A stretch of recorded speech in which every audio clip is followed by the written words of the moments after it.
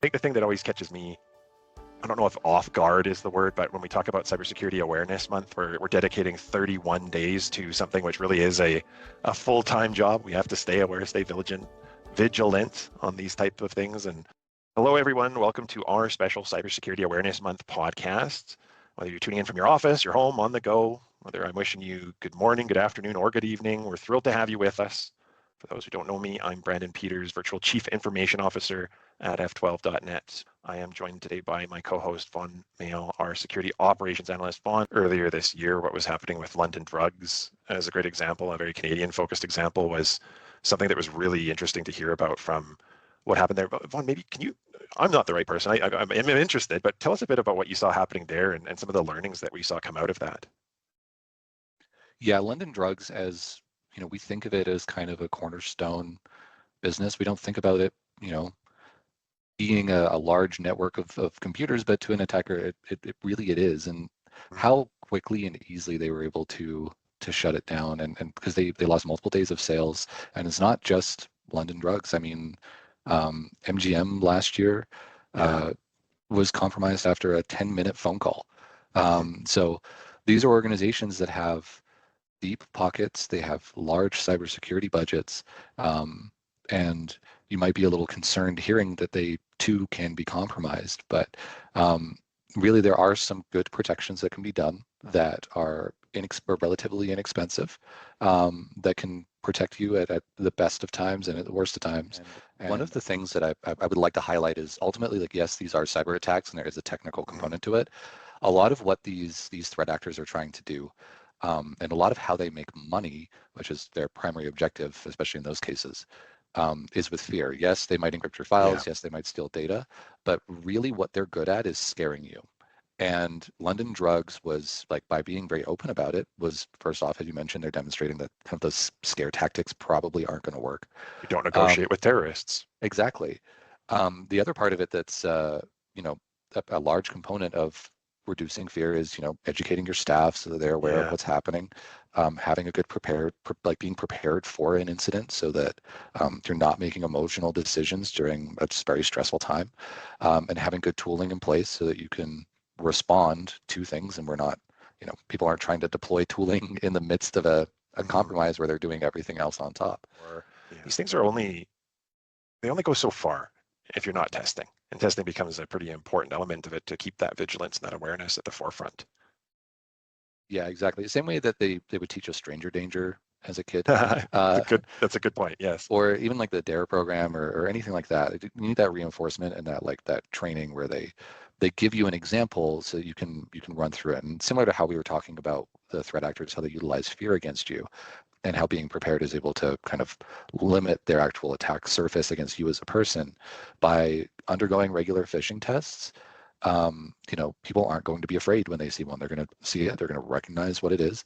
And it's more than just phish tests. It's, utilization of password managers, how to generate good passwords, what that looks like, and utilization of MFA, which is still in year of our Lord 2024, almost 2025. Yeah, and I mean, let's talk about like building in business resilience and some of those policies and those elements that you can get into, because I mean, you talk about how we obfuscate this, especially with like our acronyms and the thing we use. I think some of the mythologies that the IT industry has created going back to the dawn of time, which as everybody knows is January 1st, 1970, is something that we can help overcome nowadays. I mean, there was a point in time where it was, when you finish work for the day, turn off your computer because it's more secure. It's not left on for somebody to hack into. And that was, I would say, one part, a sign of the times where we had computers directly connected to internet and we didn't understand the security. Sure.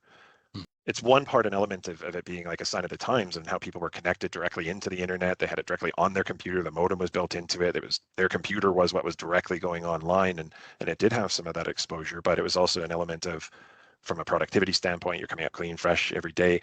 The downside being very much so, if the computer's off, how are we patching it? How are we making sure that your antivirus is staying up to date? How are we doing some of the additional threat detection if something is living on that environment? If there's backups, if you've got a key system that's running, the backups typically aren't going to be running during the day. You want to make sure that it has time overnight to do that.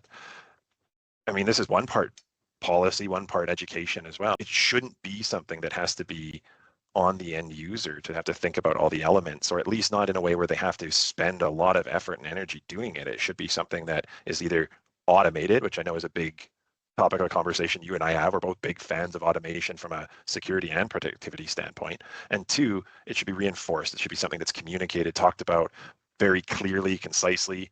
Let's avoid too much of the legalese in some of these policies, because what we are ultimately trying to create is an understanding of best practices and ways of staying safe, both for yourself and for the company. I mean, when we talk about protecting the device when it's at home, if you take some of these learnings and you apply it to your home life as well, great. We're all going to be better off for that. Imagine a world where your company got compromised because you didn't take that type of security into account, and somebody got in through like a home speaker or like I say, the refrigerator thermostat.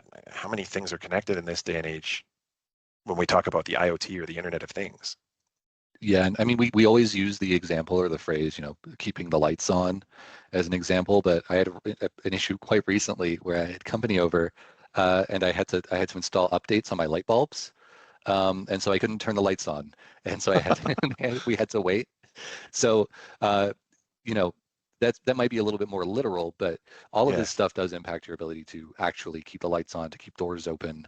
Mhm. All of that stuff now is connected to the internet, and you need to make sure that, in the case of your doors being open, is your network properly segregated so that that door isn't on the same network as your guest wireless, so somebody can just sit outside your building and unlock the door. These are technologies that we implement for convenience, Right. and oftentimes security is viewed as an inconvenience, and I understand why. Yeah. But these convenient tools do present some deal of risk, and there needs to be. It's not inconvenient if there's planning. It's only inconvenient when there hasn't been planning and protection. Probably more often than you would think, somebody's on that network sniffing, trying to get those credentials. Yes, we have multi-factor authentication in place, but using multi-factor authentication on a public network that's being sniffed is a good way to get that multi-factor authentication compromised. These are the types of things that people have to think and have to have that level of awareness at all times.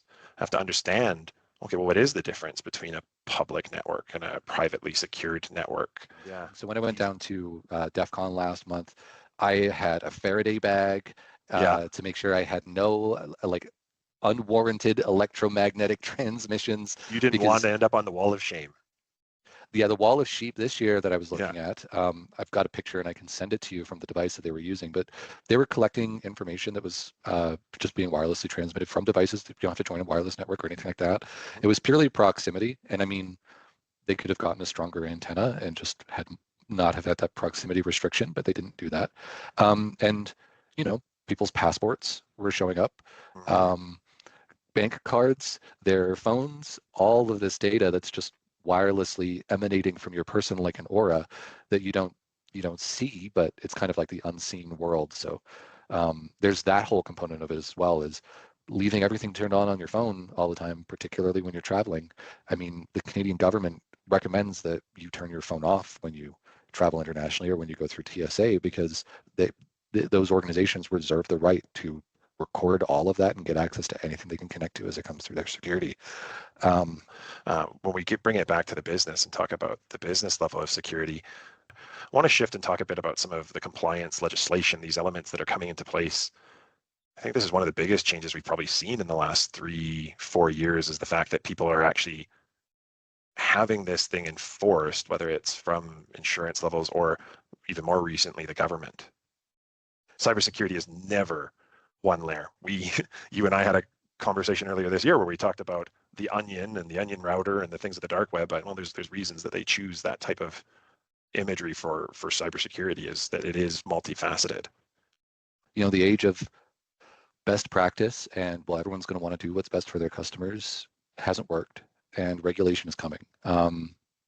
We're starting to see it with, they're introducing certification processes that organizations have to go through to maintain their D&D contracts. And I know when I talk about this, a lot of people are scared that they don't already have something like that. I want to stop you there for a moment, because we just talked about obfuscation and acronyms. Sure. D&D, if you could throw that Department of out there a little National bit. Defense, Yeah, Department the of Army. National Defense, not Dungeons and Dragons.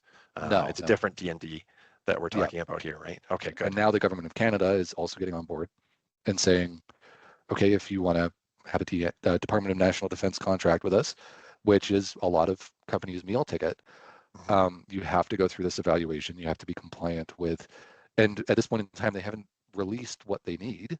They've just said in 2025, which we're a couple months away now, you need to be basically compliant with NIST Special Publication 800-171, which there's a lot of terms in there already.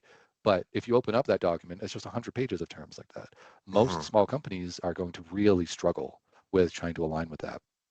And Yeah, then those companies, their supply chain also needs to be confirmed to be secure. So they're going to be of sending out course. questionnaires and self-evaluations. And then we have things like bills C26 and C27, which are causing a lot of confusion in the cybersecurity world right now. I know when I've gone to attend talks with like the local OWASP chapter about these bills, people get very concerned about them because For sure, absolutely. But also a level of how much the error of one business could impact a life, whether it's financially yeah, or privacy, other privacy information, just because they were a customer or a consumer of that product base and not through any negligence of their own. I mean, there has to be these level of controls that are put in place by businesses. The businesses that are providing these services ultimately must be held responsible for maintaining the security of the people who use their services, which is, I mean, we can avoid, like you said, the political conversations. We can stay out of that, whether government should be involved or shouldn't be involved. And these bills aren't designed to be things that override people's ability to like freedoms or anything along those lines. They're meant to be these guidelines that are honestly, they should be easy to comply with. These are things that are designed to be, have a plan, have a cybersecurity or an information security management system in place so that you're prepared if something does happen. You are doing what you can to mitigate those risks and prevent these things from happening in the first place. This is not being prescriptive. This is not saying you must have a SIEM, you must have MDR, you must have EDR. Actually, no, let's go to XDR and talk about extended defense and response.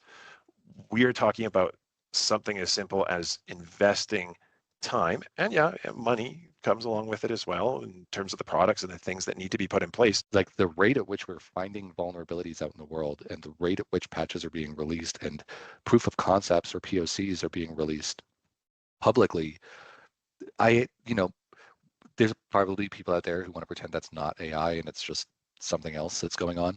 But a portion of that is because of AI. It's analyzing open source code. People are openly putting up POCs. The barrier of entry is so much lower on the offensive side because of these AI tools that the rate from something being reported as a vulnerability to something being reported as a known exploited vulnerability is so slow, and the rate at discovery is creating such a backlog of vulnerability registrations that trying to stay on top of it all without any kind of automation is going to be nearly impossible. Sorry, I went off on a tangent. No, I think that's great, Vaughn. Like you bring in the things that really matter, that it's not as simple as it once was. And I think you highlight that very well. I think it's something that people need to be aware of. We always have to be careful in thinking about how this works within your business and your day-to-day workflows and how you're going to be operational and be able to be a successful business while making sure that you stay safe. And that's why we like these tools that can bring it in. I think I was hearing numbers about even like on the false positive level for some of the MDR that we use, false positives was something like 3 or 4%, which is pretty low.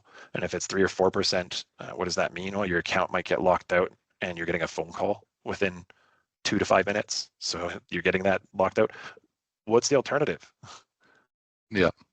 But you're going to be down a lot longer if it gets through. So having these tools, these automations that can be in place, erring on the side of caution and security, instead of being that person or that organization that thinks, it's never going to happen to me. I'm not a target. We're not a target. I don't have anything of value to offer. Everybody has it, whether it's data, money, whatever that case might be. You have to start thinking of this in terms of what am I going to do when they come for me?